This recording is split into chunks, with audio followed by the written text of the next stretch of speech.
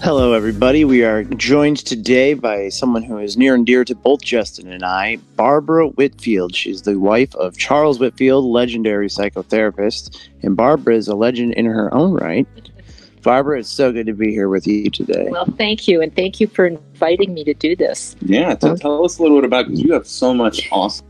Yeah, well, I've been here 80 years, so I've got a lot of stories. I was born in 1943 to parents who did not know what children need, and spent my childhood taking care of my mother, who was a drug addict and mentally ill. So I really didn't get to be a kid. I took care of her and collected what I would later find out would be called ACEs at the CDC. I grew up to take care of my husband, got married at 18, promptly had 3 kids, and became more and more what we now call gaslighted. So back then, it was just women behaved and men earned the living, and the women raised the children. And that was my life until I was 32 and fell into a pool wrong and snapped my back and spent 2 years on what we called back then conservative care.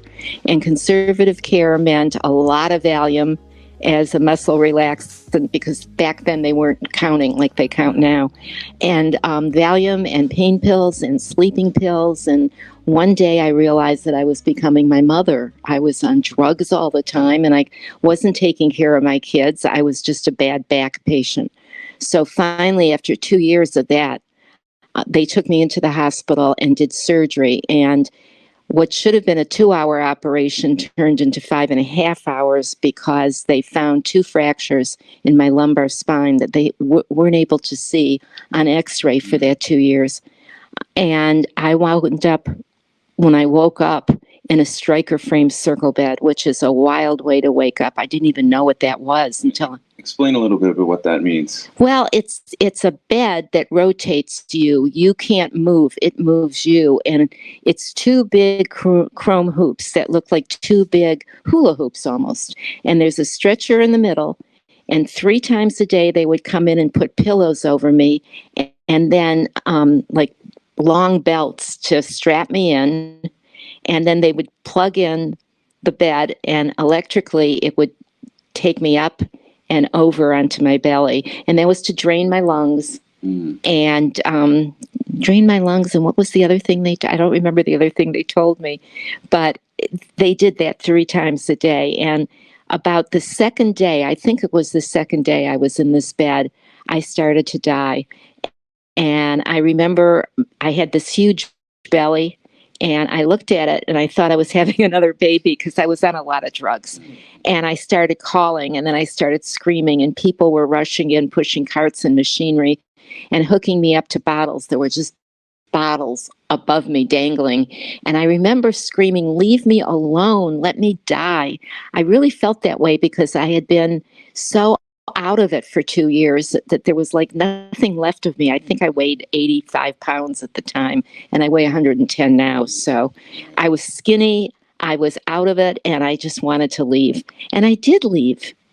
I left the bed, and which is impossible. And I was out in the hall, and I looked up and down the hall, and I didn't see anybody. And I thought, if they catch me out of the bed, I'm going to get into trouble. So I turned around and came back into the room and saw my body lying in the bed. It certainly wasn't me. I was up near the ceiling, and I had no pain, and I was perfectly calm. And I looked at her, and she looked really funny, because they had put tape around my nose because it was holding in a tube. And the next thing I knew, I was in this total darkness that later, as a researcher, I would call a tunnel. That was the best word for it. And I was looking at the barriers of the tunnel, and I was seeing energy churning. And the energy was in the darkness, but it was pulling light out, and the light was going down in front of me. So I just remember looking at that for a while, and later on, that churning energy was like I could see it all the time, and I was trying to figure out what it was later on. And I decided that this is the way the Holy Spirit works. It goes into the darkness and it pulls out light. Wow. So And it was very similar, like some of the images you see of people being in tunnels or the tunnel, that kind of experience. You brought to mind Journey of Souls. I don't know if you read that book. I have. It sounds exactly like what so many people have reported. Right. And it just, I can't tell you how calm I was. It's calmer than I had ever been in my life. And the next thing I knew, I was moving towards something that was pulling me into this lush warmth. It was my grandmother. Now, my grandmother had been dead for 14 years, and I had been an atheist. So, and I never once thought of her survival. And yet she was with me. She was holding me. And we relived the whole 19 years we were on this planet together.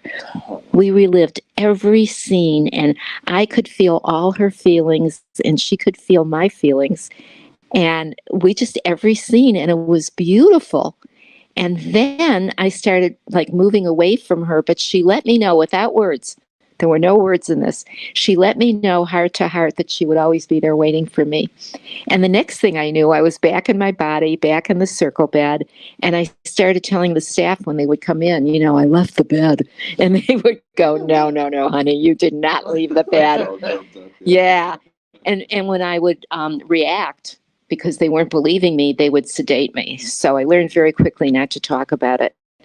Now, it happened again a week later, and this is when I had the life review.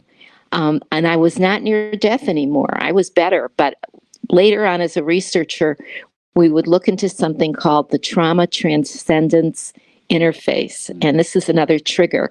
And I've talked to some people here, and they've talked about they had this experience when something horrible was happening, and they felt like they were bottoming out, and the next thing they knew, and they were describing to me the same experience that I had.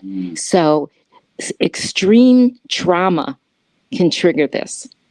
Anyway, I had extreme trauma because they forgot about me, and I was face down, which was very uncomfortable, and I started calling, then I started screaming, and then I just popped out of my body again.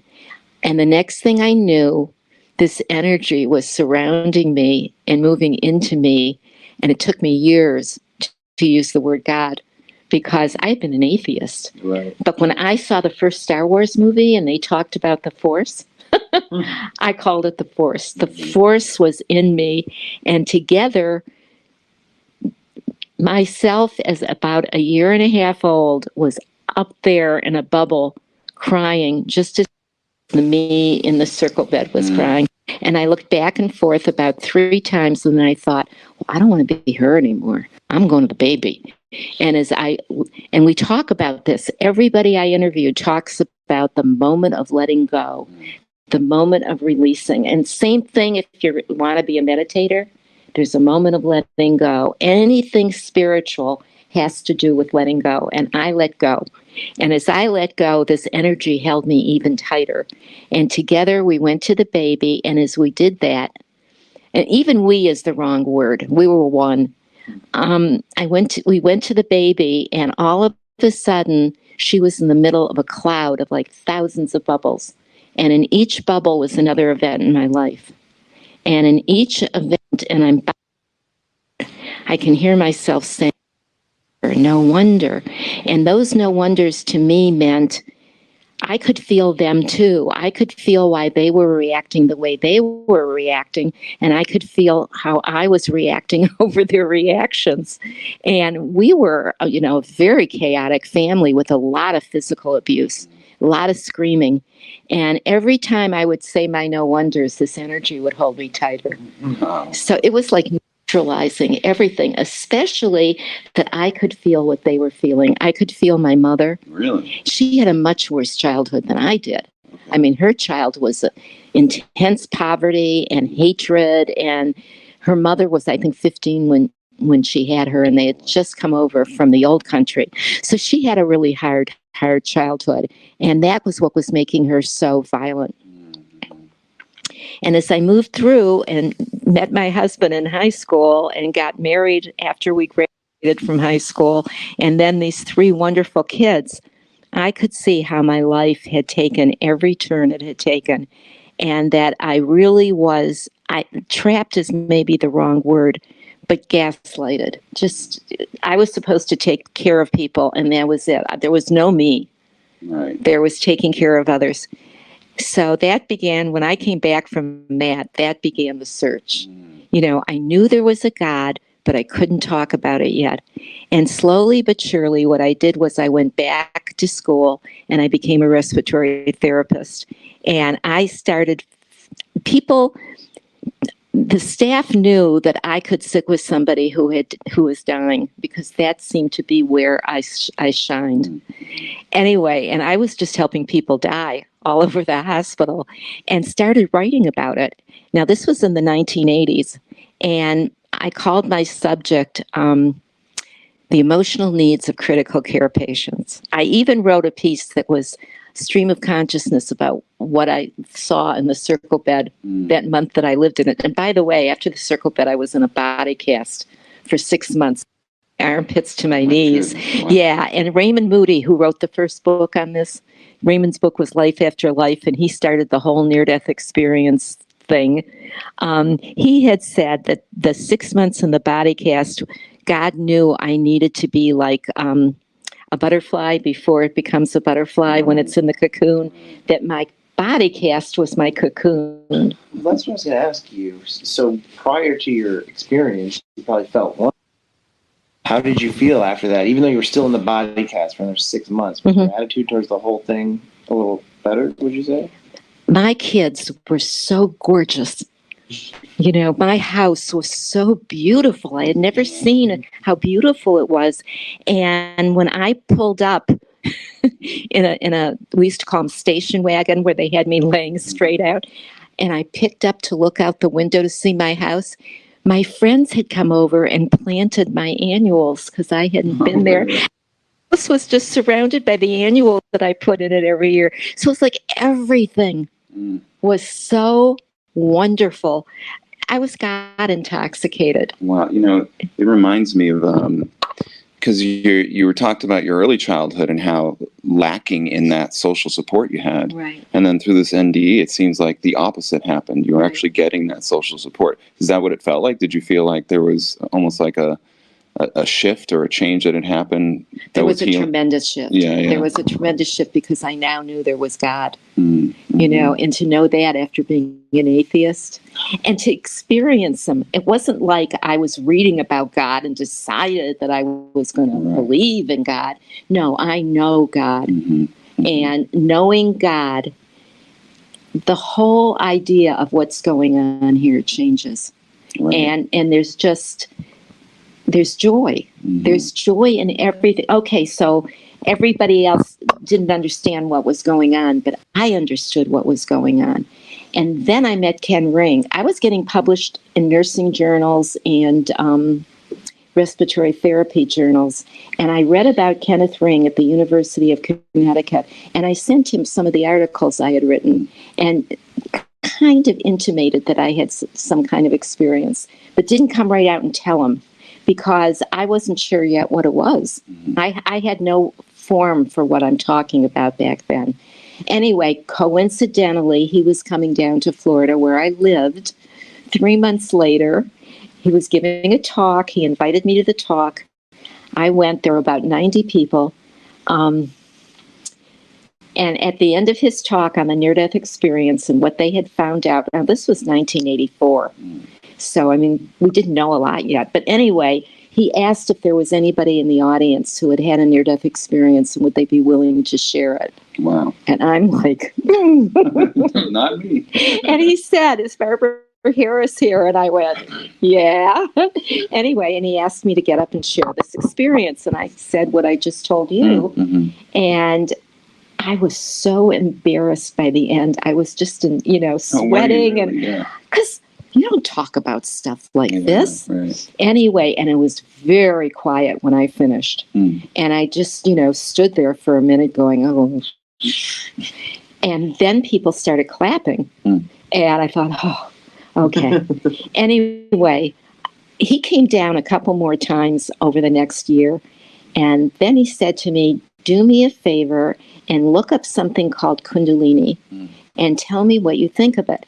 Now, I had been doing hands-on energy healings on people, especially people who are dying, because giving them this energy, their pain medication works better. Their color comes back. You can see a difference when we do energy work on sick people.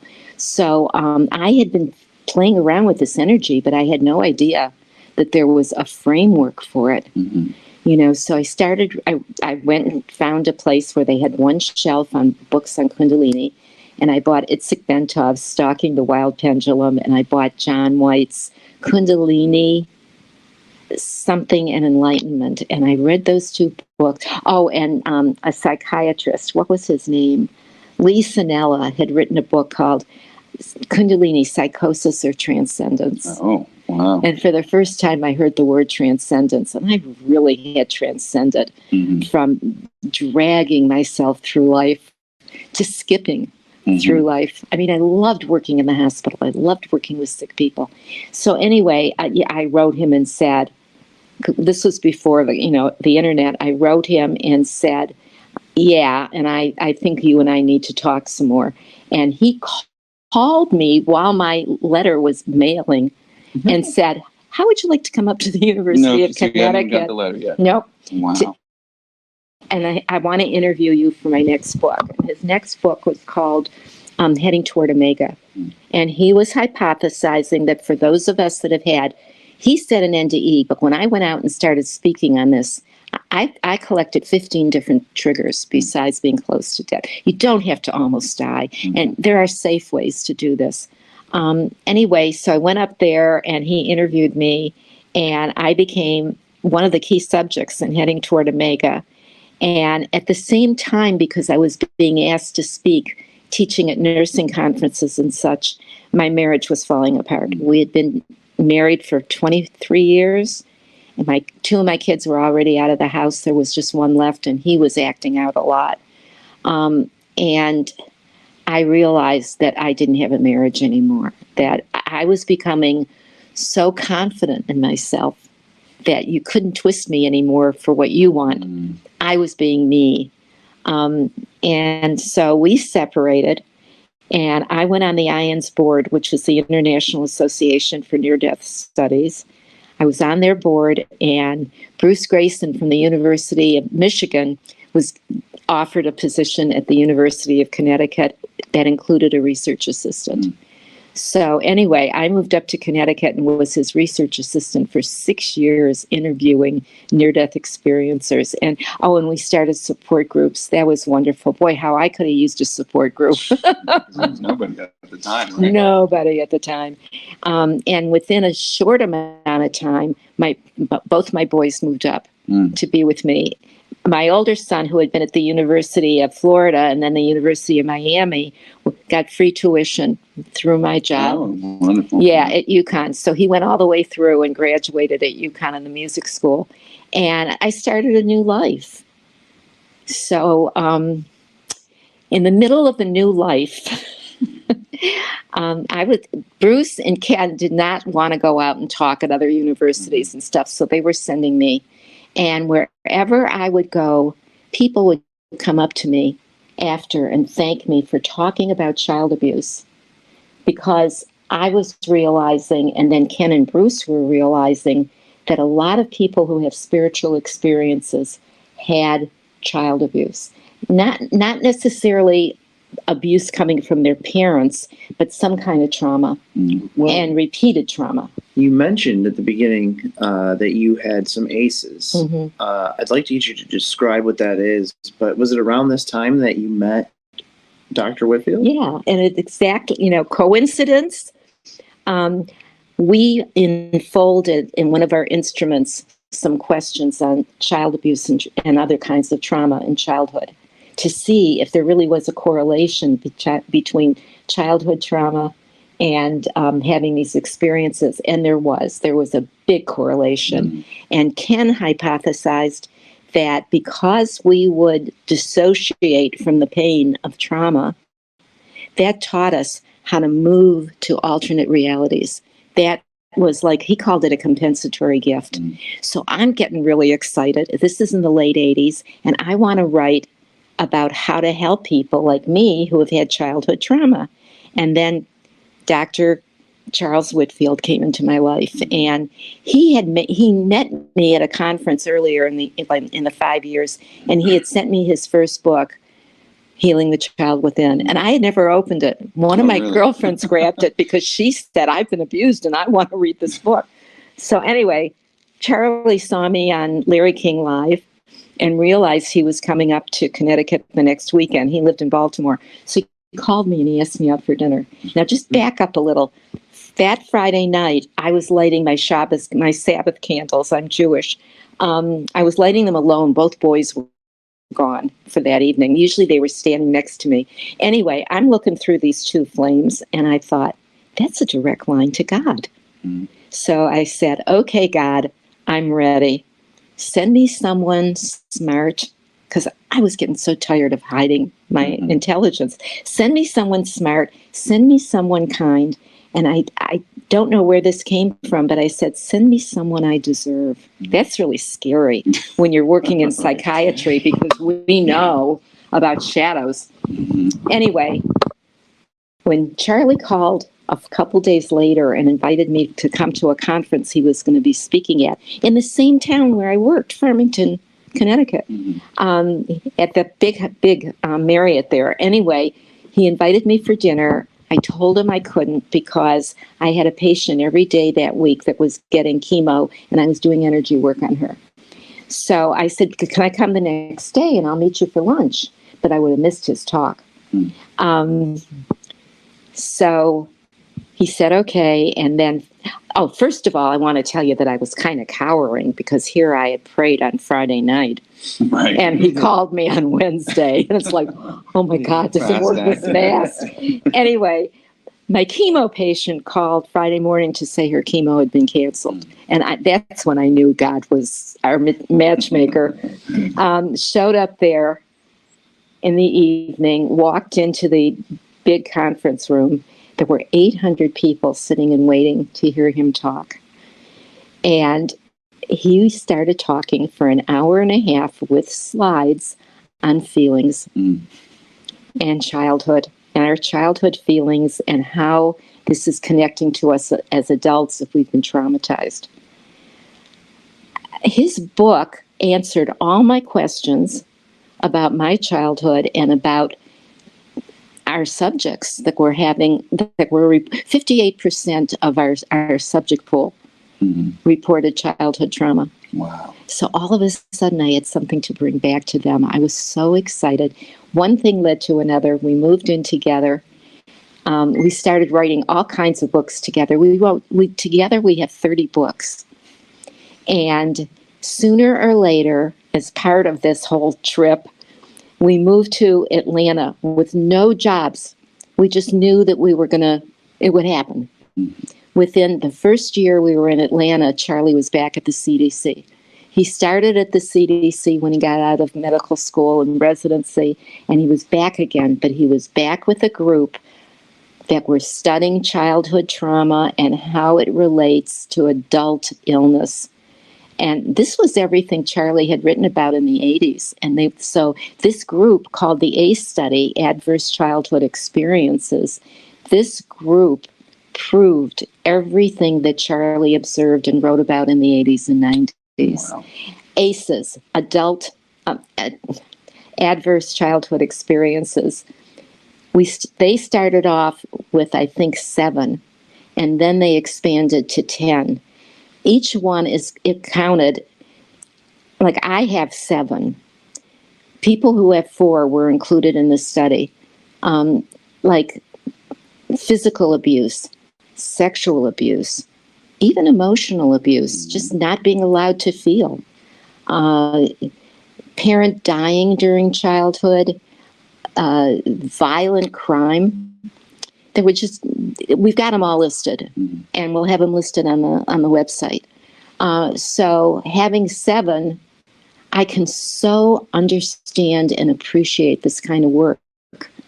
So leading up to now, when Charlie died 2 years ago, within a matter of months, I was getting that feeling, that message that we needed a charity, that we needed to keep getting the word out. I mean, he would go and do 2 conferences at least a month teaching all this. So now he's not here anymore, but that doesn't mean we can't keep going. Absolutely. Yeah, and he had said when he met you that you were going to continue his legacy. Yeah. I'm going to cry Humbling because experience. he knew, he recognized you guys right away. Yeah. You know, and here we are. Mhm. We've got all this good stuff to help people. Mhm. And hopefully, like Charlie said, if we could just raise one generation of kids that get everything they need and they're not traumatized, we could eradicate war and all conflicts. We as human beings, we won't have to create conflicts anymore. Right. Yeah. So anyway, that's it. That's my story. Well, you know, there's a couple things that I wanted to mention for everybody. So Charlie's work was prolific in the 80s, and that's kind of what got him noticed for the CDC study, I imagine. Is that right? Actually, we didn't even know about what was going on at the really? CDC. Okay. We were in Baltimore, and we were writing books together. We just got so turned on, and our favorite book was The Power of Humility. All our books took about a year, but that book took 5 years. And that book, we had to live it. Sure. I mean, and our marriage went from being like this to being like this, looking out at the world.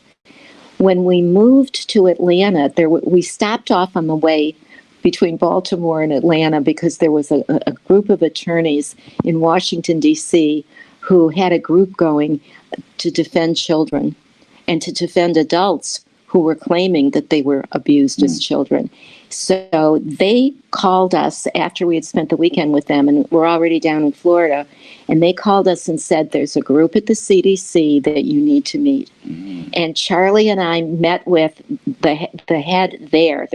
Was another head, Vince Felitti, in San Diego, California, and I'll tell you about him in a minute. But we went and we had lunch with the fella from the ACE study at the CDC in Atlanta, and by the end of the lunch, Charlie was going to be working with them. Yeah. And out of the 40 papers that I know about, where these were scholarly papers in peer-reviewed journals, Charlie helped create 8 papers.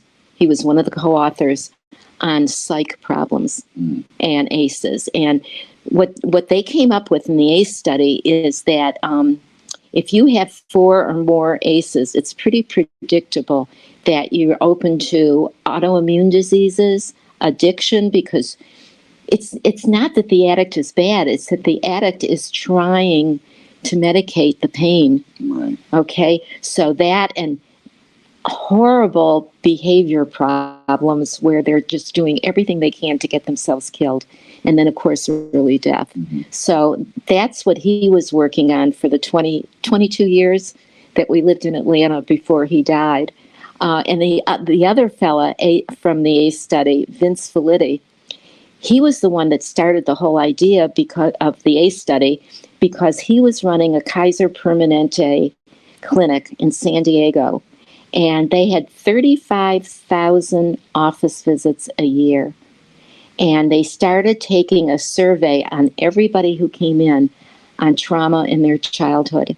And it wound up that over 9,000 people fit into that study for childhood trauma.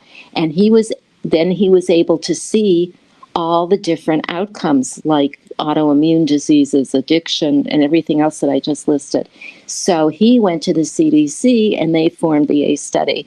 And then Charlie came in. I see. What a thrill for him to be able to prove everything he wrote about in the 80s and 90s. Yeah, right. Yeah. Well, it has a very synchronistic aspect to it. And so I think a critical point behind this, and part of the reason we're doing the charity, is that unlike what we would think, the medical establishment and many other establishments designed to heal people did not embrace this research and these discoveries. Is that right? That's right, because here I go. The pharmaceutical industry I watched when I was working at the university took over psychiatry. So all of a sudden, they're not teaching psychotherapy anymore. they're teaching how to write a prescription and how to really, the main thing was the DSM, to be able to give somebody a label so they could give them a pill and set them up for chronic disease for the rest of their life. And what I was seeing with Charlie, because I started working with him once we moved to Atlanta, and we started getting, people to come in as patients, and we were doing individual and we were doing group, is this really works. I had been in therapy, I don't know how many times, trying to get to the root of it, and they weren't asking the right questions yet. In Healing the Child Within, Charlie is correlating that our childhood trauma is underneath whatever's physically bothering us. So if we can, and this takes time and it takes trust, but the groups are fabulous, because if you don't want to work, if you're tired, if you just got off work, everybody else is going to work and you can learn from them. And I was learning amazing amounts from all the brave people who will talk about this. You have to be really brave. You have to have a brave heart to dig in.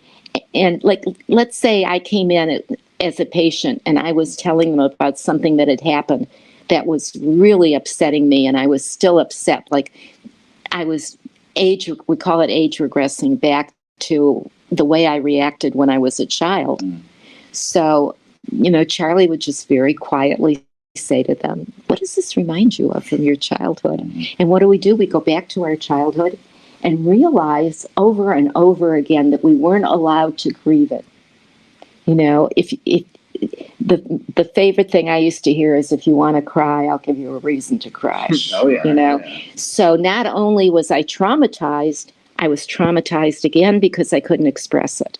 So here we are sitting in a group with other people that are wounded. And not only can we tie this behavior that we're reacting to now back to our childhood, we can then take a deep breath and say, boy, I never got to grieve that. So we grieve it, and we heal. We move through it. And like Charlie used to say to people, you're not sick, bad, crazy, and I added stupid. You're not sick, bad, crazy, or stupid. I don't know, I might be. You're wounded, and wounds can heal. That's right. Yeah. The beautiful thing about the connection between the NDE and what Charlie discovered is that you need that reconciliation. And for you, it seemed to come through this NDE experience where you made contact with the Holy Spirit and your grandmother. So sitting here back and listening to this story, which I've heard many times, but I got a lot more insights. Your family was there, your grandmother, the trauma that you had dealt with that, God was there, and you were in a place of warmth and love where you could actually process. For the first time in my life. Right. Yeah. Isn't that amazing, that element? And if that's true, then some of the other things that we all look into, like the ritual abuse of children, some of the most unspeakable things, even those awful things, if that's what comes after, it makes it all a little better, I suppose. It makes it a lot better. Like, I don't mind dying. Anybody who's had an NDE is not afraid to die. I've known somebody who was really upset that they came back. Yes, absolutely. In fact, sometimes they're given a choice, and they choose to stay every single time. Sure, it's an easy choice to make. Yeah, and then they get sent back anyway. So our support groups, we had a lot of people who were angry they were back. Really? The support groups were wonderful too. Any kind of group, when you sit with like-minded people, you heal because you're all feeling the same way. It's not just me. Right. The whole group is saying the same thing. And a couple things I wanted to. Because Kundalini, sometimes people hear that, especially Christians, and they might think, oh, well, this is New Age demonic stuff. Do you want to comment on that at all? Yeah, it's not demonic. It's in the East. They embrace the energy. When science broke off from religion, science should have taken the energy, but science gave the energy to religion. And if you look at almost every religion has this energy, different names, different brand names, and people get really afraid of this energy because they've heard it could be demonic. But we're realizing now in modern medicine, there are actually departments of medicine that are studying energy now. And what are they studying? They're looking at Kundalini because it is so well documented and described. And that's what yoga's about. That's what acupuncture is about. And I started doing yoga, and boy, was I happy doing yoga. Yeah. Well, I mean, for me personally, I was 2016, 2015, I was not atheist, but spiritually undecided. And I had a Kundalini experience. And if it wasn't for that, I never would have went looking for God. So, I mean, if it's demonic, it's not doing a very good job. How did you have it? What triggered it? I was telling you about it before. I was in the shower, remember? Oh, yeah. Okay. Showers are great. Yeah, it just happened spontaneously. I just started moving my body in a certain way. I could feel something going up my spine, and it felt like it was continuing out of my head. I felt this inpouring of love from something. And I just started bawling. I jumped out of the shower. I went and ran to tell my roommates. They all looked at me like I was crazy. But from that moment on, I've been seeking God ever since. You know, so. Yeah, that's a good point. I mean, I'm sure there are people who go through these experiences and maybe, you know, lose it. I know psychosis has sometimes been linked with Kundalini for sure. But just because a few people have these experiences doesn't mean that the experience itself is definitely bad or anything like that. No, it's not bad at all. It's completion.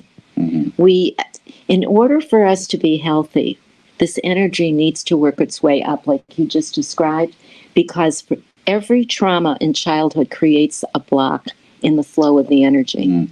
So if we don't get it unblocked, that's where disease happens. Right. Either disease or psychosis or whatever. This energy is part of who we are. Right. So it's almost like learning the truth, but trying to hide the truth from yourself can cause the more psychological issues associated with it. Probably. I think it's fear. It's definitely fear. If I start taking this path, what's going to happen? And what's going to happen is you're going to get healthy, happy, and not be depressed. Right. Doesn't that sound amazing? Yeah. A couple other things I wanted to touch on. So I know Charlie, he'd worked with Alcoholics Anonymous, many different groups. And, you know, there's a kind of belief in the mainstream psychiatric world that you don't need faith or spirituality or religion. What was God or Charlie's perspective on God and its power to heal? Well, Charlie saw alcoholism as the alcohol, the spirit in the bottle, was replacing what we need inside of us. It became our God if we were alcoholic or drug addicted. And so he was watching this in families because besides teaching at the university in the medical school, he had a private practice, and it was family medicine. And he was actually chasing diseases around the family. So he went back and he got hematology and oncology is what he studied because he thought he could figure it out that way. And while he was doing that, one family, the father quit drinking and went to AA. And he said the whole family got better. He wasn't chasing disease anymore, so he didn't need hematology or oncology. He wanted to figure out what was going on when this guy went to AA. And so he went and watched, and he said there's more healing going on in the basement of a church where they're having an AA meeting than in the hospital and the medical school. So he actually invited the AA people to the university to run a meeting for the residents and the medical students to watch. And this became a regular thing, which you don't do in a medical school. You're bringing in a different way to earn money. Oh, no, forget it. And when he came out with the book, Healing the Child Within, which he thought was going to be a handout for his patients, and it was all about what we're talking about now. Anyway, when he did that, then he was let go at the university because you don't work in a department of psychiatry and give all the secrets to the public. I mean, what is damning indictment for these industries that are supposedly centered around healing and they abandon a valid approach to healing, you know? They did, and he had to confront them, and he did. He was one of the founders of an organization called the American Society of Addiction Medicine.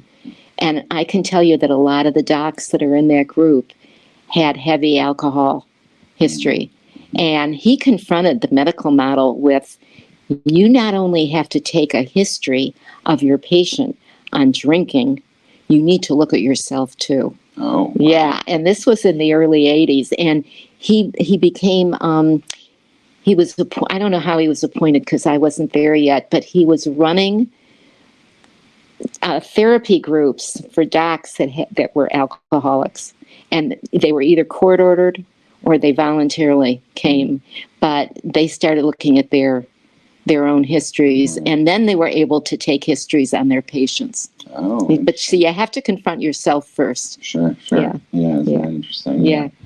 So as we close out here, so we just started the charity, charleswhitfield.org, by the way, if anybody wants to go check it out. The website's basically 80 to 90% done. We got a lot on there, and we're going to have a lot more on there. Is there anything you want to tell the audience about the charity, some of the work you wanted to do, anything at all? Okay, if there's a part of you that feels empty, if there's a part of you that you can't fill up, there's a reason, and you can get to that and you can let it go. And there's so many better ways to fill that emptiness. And I would highly recommend reading some of Charlie's books, because he's got answers, and those answers came to him through something very, very spiritual, and for his years, like 50 years of working with people just like me. So, and the website will have a lot of ways for you to get to these answers. Excellent. Well, Barbara, thanks so much for sharing with all of us, and it's been a pleasure. It's such a joy to share this information, because I know the pain and I know the relief, and we can offer it to the world. That's right. Yeah. And I'd like to have you back on to discuss the False Memory Syndrome Foundation. Oh, yeah. At some point. Yeah. So we'll get to that in another interview, that's quite a story. Okay, exactly. Great. Yeah. All right, awesome.